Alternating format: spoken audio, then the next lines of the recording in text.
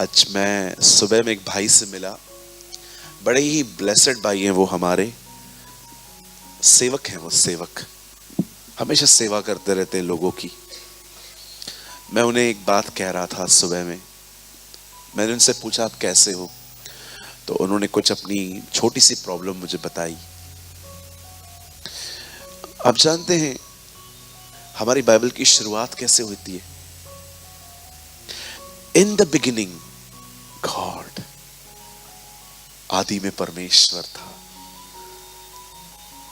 हम जब इसे पढ़ते हैं ना तो हमें लगता है ये हिस्ट्री है, वो था। बट आप में से कितने लोगों ने ये बात पढ़ा? First seek the kingdom of God, सबसे पहले परमेश्वर के राज्य की खोज करो। आप जानते हैं सब बदल जाएगा अगर प्राथमिकताएं बदल जाए। Everything will be change. मेरी दुआ है आज की सुबह कि यीशु आपके जीवन में सबसे पहले हो। आमीन। ओ, जो उससे प्यार करते हैं वो जानते हैं मैं क्या बोल रहा हूं। मेरी दुआ है आप में से हर एक के लिए जिसकी जिंदगी में यीशु पांचवा, छठा या लिस्ट में ही नहीं है, वो उनकी जिंदगियों में पहले आ जाए। वो जो कुछ भी करें इसको देख कर करें, जीसस लाइक दिस। क्या यीशु को ये पसंद है? कहिए आदि में परमेश्वर था। कहिए मेरी भी हर आदि में परमेश्वर हो। यस, आमेन।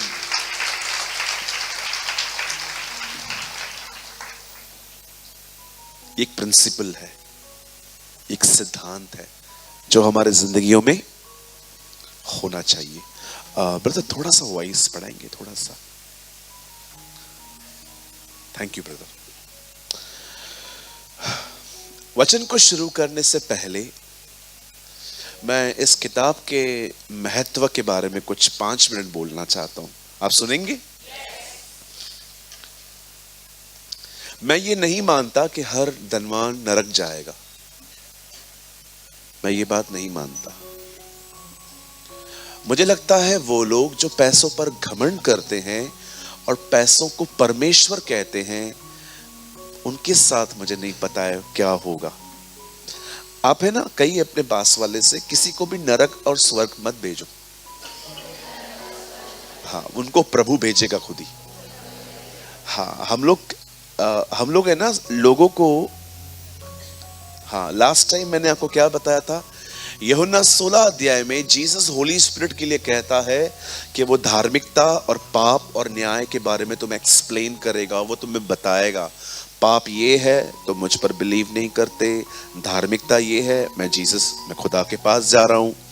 लेकिन जब बात न्याय की हुई तो कहता है इस संसार का शासक दोषी ठहरा है।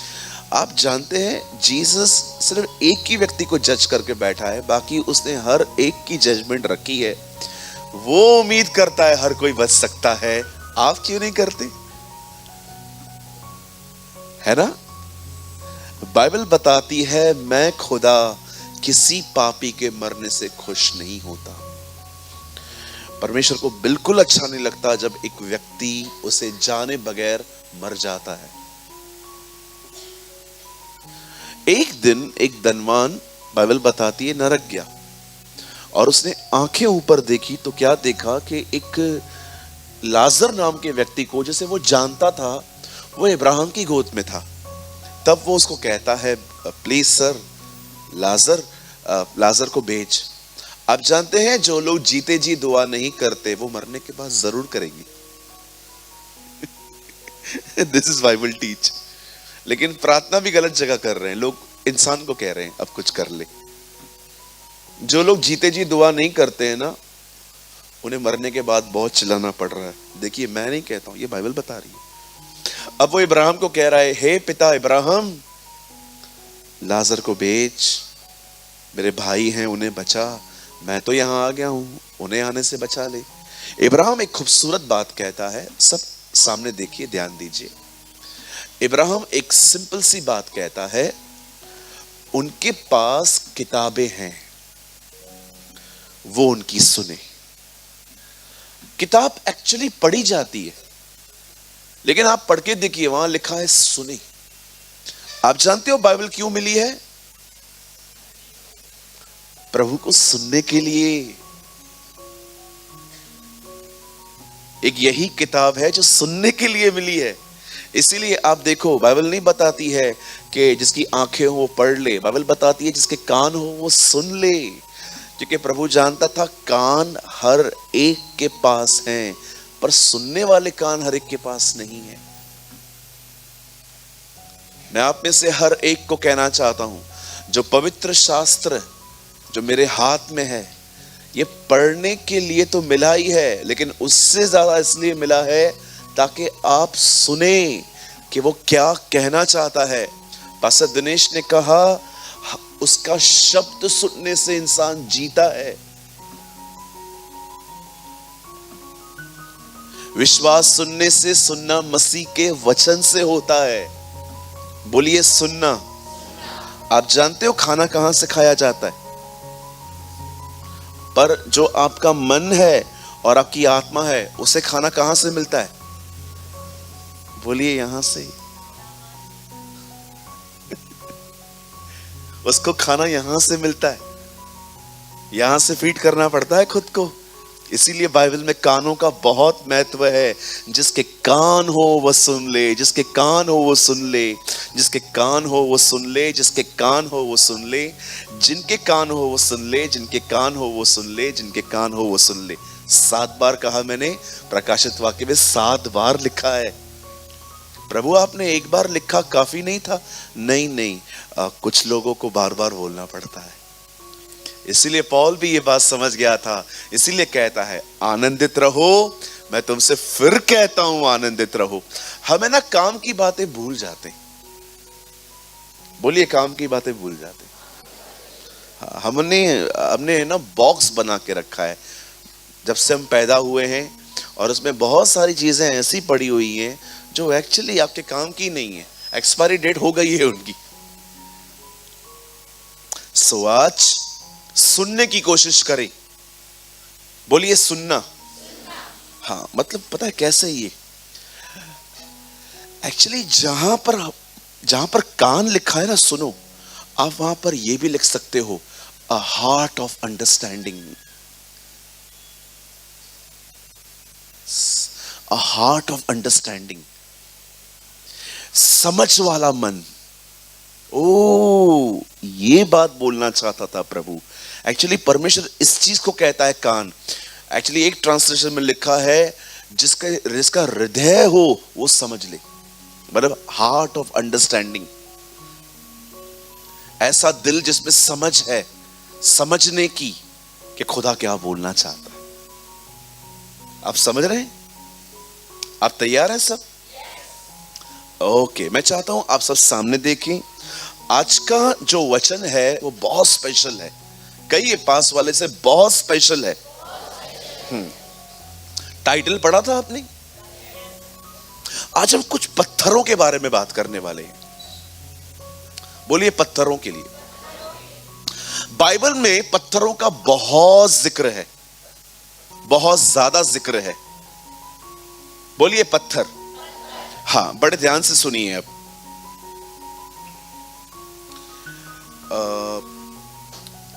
चलिए, मैं चाहता हूं हम पहले एक वर्ड ओपन कर लेते हैं, उसके बाद मैं प्रभु के अनुग्रह से मैं कोशिश करूंगा कि मैं इसको राइटली डिवाइड कर पाऊं। Okay, come on, open with me the book of व्यवस्था विवरण। आइए हम सब खोलेंगे। जिनके पास बाइबल नहीं है प्लीज नेक्स्ट टाइम बाइबल लाइए, I request you. Okay, request you. Bible, without Bible मत आइए, घर बैठिए, मुझे चलेगा, कोई प्रॉब्लम नहीं है। ओके, खोलिए व्यवस्था विवरण। कुछ चीजों में थोड़ा स्ट्रिक्ट होना जरूरी है ना? नेक्स्ट टाइम कैसे आएंगे? कहिए अपने पास वाले के साथ, तू मुझे याद करवाना। वाह, बोल भी रहे हैं। व्यवस्था विवरण 4 अध्याय।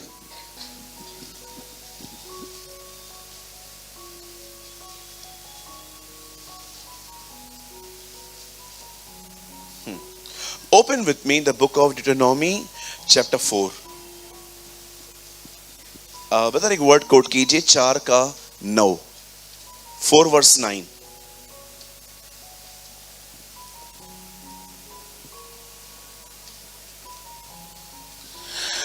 यह अत्यंत आवश्यक है कि तुम अपने विषय में सचेत रहो,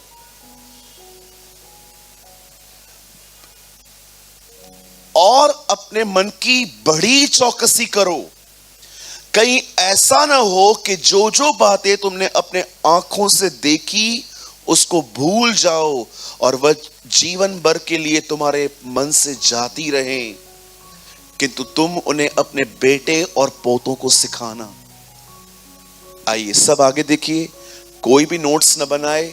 नोट्स आप आराम से मीटिंग के बाद घर जाके आराम से 10, 15, 20, 50 पेज लिख देना भले, प्रभु आपको बहुत आशीष करे। पर मैं चाहता हूं, आइए अब आप सब सामने देखिए, सुनिए। हमारे बाइबल में, हमारे खुदा के पाक कलाम में, हमारे पवित्र शास्त्र में, हमारे प्रभु के वचन में पत्थरों का बड़ा जिक्र है। बोलिए पत्थर। हाँ, काश मैं लेके आता आज, बट ठीक है। सुनिए, आप जानते हो जो नदी अदन की वाटिका से निकलती थी, आपको पता है ना, अदन की वाटिका में एक नदी भी थी जो 4 भागों में घूमती थी। एक हवीला भी है, मतलब वहां पर एक नेम है हवीला। आप जानते हो उस नदी में से जो पानी था उसमें से क्या निकलता था? वहां पर लिखा है सुलेमानी पत्थर, और लिखा था वहां पर चोखा सोना निकलता था।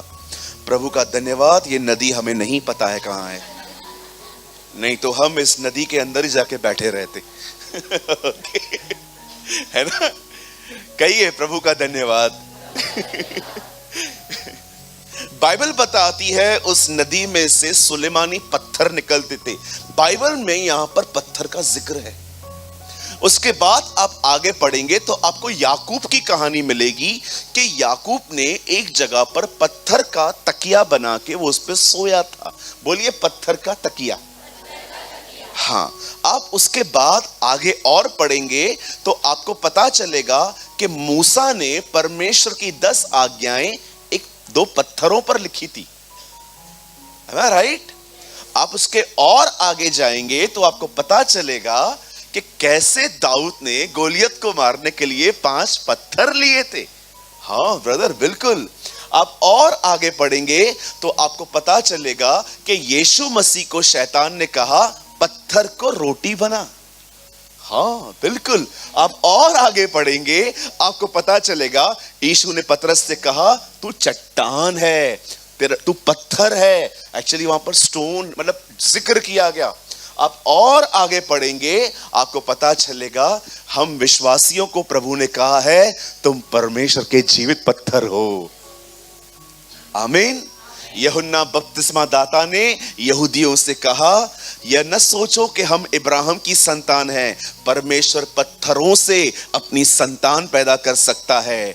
आप जानते हो यीशु ने नए नियम में कहा तुम चुप रहोगे पत्थर चिल्ला उठेंगे। आज पत्थर चिल्ला रहे हैं, है ना? आज देखिए पत्थरों में परमेश्वर ने जान डाली है। We are the living stone, Peter कहता है कि तुम उसके जीवित पत्थर कहलाए जाते हो। आप जानते होंगे ना, उन दिनों में परमेश्वर यूहन्ना बपतिस्मा दाता यहूदियों को कह रहा था यह मत समझो कि तुम इब्राहिम की संतान हो, तुम ही चुने गए हो, परमेश्वर पत्थरों से संतान उत्पन्न कर सकता है। कहिए यूहन्ना ने आपका जिक्र किया है। बाजू वाले को कहिए, हाँ बोलो आपका नाम लिखा है वहां। हाँ, हम पत्थर ही तो थे, कितना कुछ करते थे, फील नहीं होता था कि हम गलत हैं। लेकिन आज किसी से एक रूड बात करके दिखाओ, बात आज किसी को गाली देके दिखाओ, तुम्हें खुदा रात भर सोने नहीं देगा, नहीं सोने देगा। क्यों? क्योंकि पत्थरों में जान डाली गई है। आमीन। लेकिन आज जितने भी पत्थरों के बारे में मैंने आपसे बात की, मैं उनमें से किसी पत्थर के लिए बात नहीं करने वाला। मैंने कुछ और चूज किया है। खुदा ने मुझे एक वचन दिया है जो पत्थरों के बारे में ही है, लेकिन मैंने इस लिस्ट में उसको नहीं रखा है। क्या आप सब तैयार हैं? ओके, मैं बहुत होप रखता हूं कि आप सब जो है अपने मन में चौकस रहे, कोई भी यहां वहां ध्यान न दे, परमेश्वर के वचन में ध्यान दीजिए। ठीक है, आइए मैं चाहता हूं आप सब सामने देखिए। अब